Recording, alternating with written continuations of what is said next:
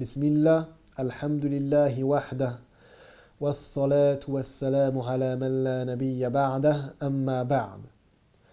L'imam Abu Zakaria Yahya ibn Sharaf al-Nawawi, puisse Allah lui faire miséricorde, a dit dans son livre Al-Arba'in, les 40 hadiths, الحديث السابع والثلاثون عن ابن عباس رضي الله عنهما عن رسول الله صلى الله عليه وسلم فيما يروي عن ربه تبارك وتعالى إن الله كتب الحسنات والسيئات ثم بين ذلك فمن هم بحسنة فلم يعملها كتبها الله عنده حسنة كاملة وإن هم بها فعملها كتبها الله عنده 10 حسنات إلى 700 ضعف إلى أضعاف كثيرة وإن هم بسيئة فلم يعملها كتبها الله عنده حسنة كاملة وإن هم بها فعملها كتبها الله سيئة واحدة رواه البخاري ومسلم. Ce qui signifie, d'après Ibn Abbas, puisse Allah être satisfait de lui ainsi que de son père, le messager d'Allah rapporte d'après son Seigneur, exalté soit-il, Allah a écrit les bonnes œuvres et les mauvaises. Et ensuite, il a clarifié cela. Quiconque donc s'apprête à accomplir une bonne œuvre et ensuite ne la fait pas, Allah lui inscrira une bonne œuvre complète. S'il s'apprête à l'accomplir et la fait ensuite, Allah lui comptabilisera 10 bonnes œuvres, 10 hasanat, jusqu'à la multiplier par 700 ou la multiplier encore beaucoup plus. Et s'il s'apprête à faire une mauvaise œuvre et qu'ensuite il ne la fait pas, Allah lui comptabilisera une hasana, lui comptabilisera auprès de lui une hasana. Et si il s'apprête à faire une mauvaise œuvre et qu'il la fait, Allah lui comptabilisera une seule sayyi'a, une seule mauvaise œuvre. Ce hadith est rapporté par Al-Bukhari et Muslim. Inna Allah kataba al-hasanati wa sayyi'at. Donc Allah a écrit les hasanat et les sayyi'at. On peut comprendre deux choses. Les savants ont divergé sur ce qu'on comprend de kataba al-hasanat. On peut comprendre que ce qui est voulu, c'est l'écriture des anges scribes qui écrivent les œuvres des enfants d'Adam, des êtres humains. Donc ils écrivent leurs péchés et leurs bonnes actions. Et ceci est l'avis de la plupart des savants qui ont expliqué le hadith.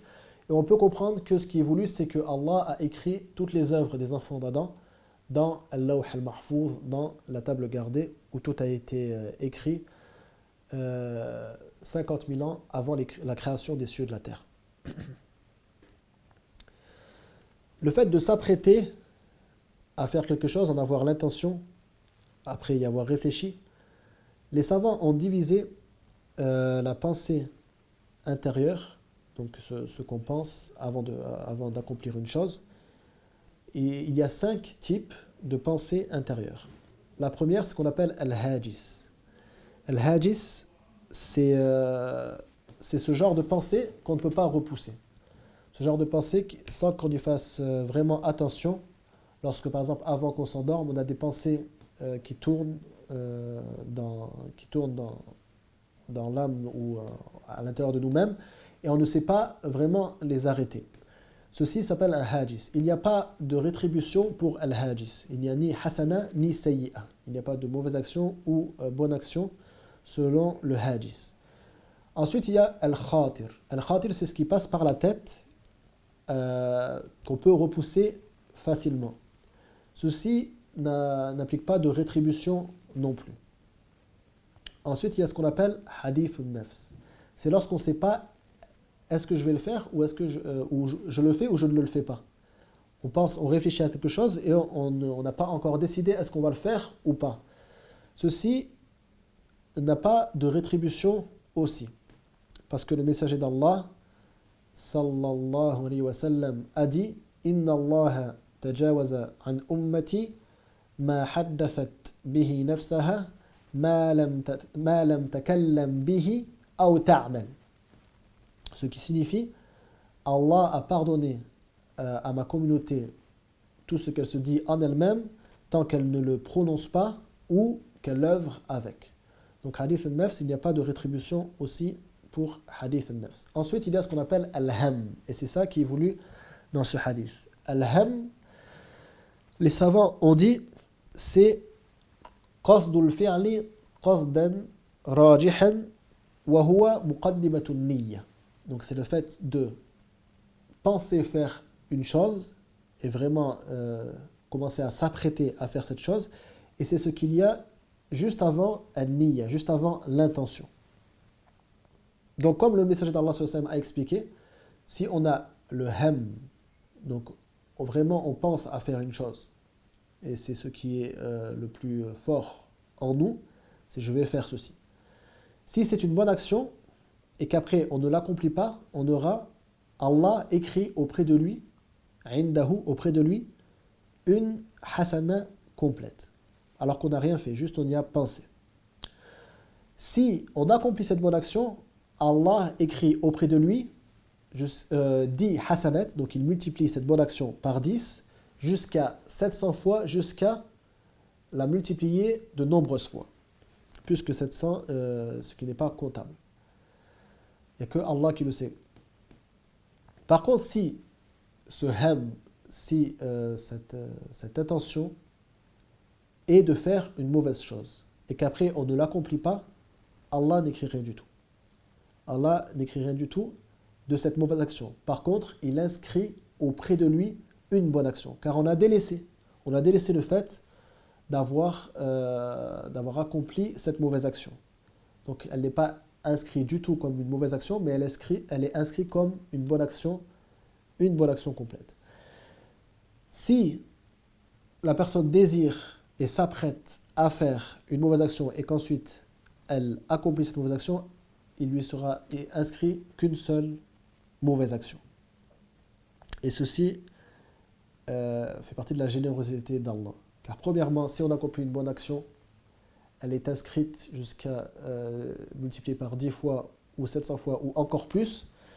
Si on veut accomplir la bonne action mais qu'on ne la fait pas, on a une bonne action. Et si on veut accomplir la mauvaise action et qu'on ne la fait pas, on a aussi une bonne action. Et Allah a répété auprès de lui indahu pour toutes les bonnes actions. Donc il répète indahu, indahu, indahu, sauf lorsqu'il inscrit la mauvaise action, katabaha Allahu sayyi'atan wahida. Il n'a pas dit katabaha Allahu indahu sayyi'atan wahida. Ça veut dire que Allah ne prête pas une grande attention et ne prend pas soin de la mauvaise action. À la différence de la bonne action, Allah en prend soin, il la préserve auprès de lui. Donc ceci montre que la miséricorde d'Allah est immense et qu'il pardonne facilement, car il ne prend pas soin à la base de la mauvaise action. C'est pour ça que le messager d'Allah n'a pas répété indahu lorsqu'il a cité l'écriture de la mauvaise action.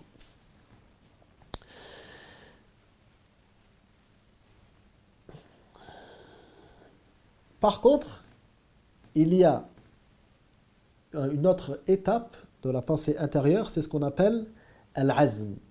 Donc ça, c'est la 5e étape. Donc on a vu al-hajis, pas de rétribution. Al-khatir, pas de rétribution. Hadith al-nafs, pas de rétribution aussi. Al-ham, c'est ce qui est voulu dans le hadith. Et après, il y a al-azm. C'est quand vraiment on s'est préparé et on est là, on va accomplir cette action. Même si quelque chose nous empêche de l'accomplir. C'est pour ça qu'ils disent que al-azm yuqaridu al-fi'l aw yasbiquhu yasiran. Donc c'est-à-dire al-azm, donc cette forte intention, elle est celle qui accompagne l'action ou qui la précède légèrement, qui la précède de peu de temps. Al-azm, s'il est mauvais, le serviteur sera rétribué pour ce azm. La preuve est la parole du messager d'Allah, sallallahu alayhi wa sallam إذا التقى المسلمان بسيفيهما فالقاتل والمقتول في النار قيل هذا القاتل فما بال المقتول يا رسول الله قال كان حريصا على قتل صاحبه. Ce qui signifie, lorsque les deux musulmans se rencontrent avec leurs épées, le meurtrier et la personne morte seront en enfer. Donc certains des compagnons ont demandé, on comprend le meurtrier, mais pourquoi la personne tuée sera en enfer? Le messager d'Allah sallallahu alayhi wa sallam disait, il désirait ardemment tuer son compagnon, il désirait ardemment le tuer. Donc à cause de ce désir ardent de le tuer, il est venu avec son épée pour le combattre à la base. À cause de ce désir ardent, il est rentré en enfer, wal-iyazu billah. Donc ça montre que al-azm a une rétribution. On est rétribué selon son azm. Et donc c'est une étape au-dessus de al-ham. Par contre, ce qu'on nomme a'mal al-qulub, comme le fait par exemple de douter de la véracité des messagers, des prophètes, ceci rentre dans ce qu'on appelle a'mal al-qulub, les œuvres du cœur.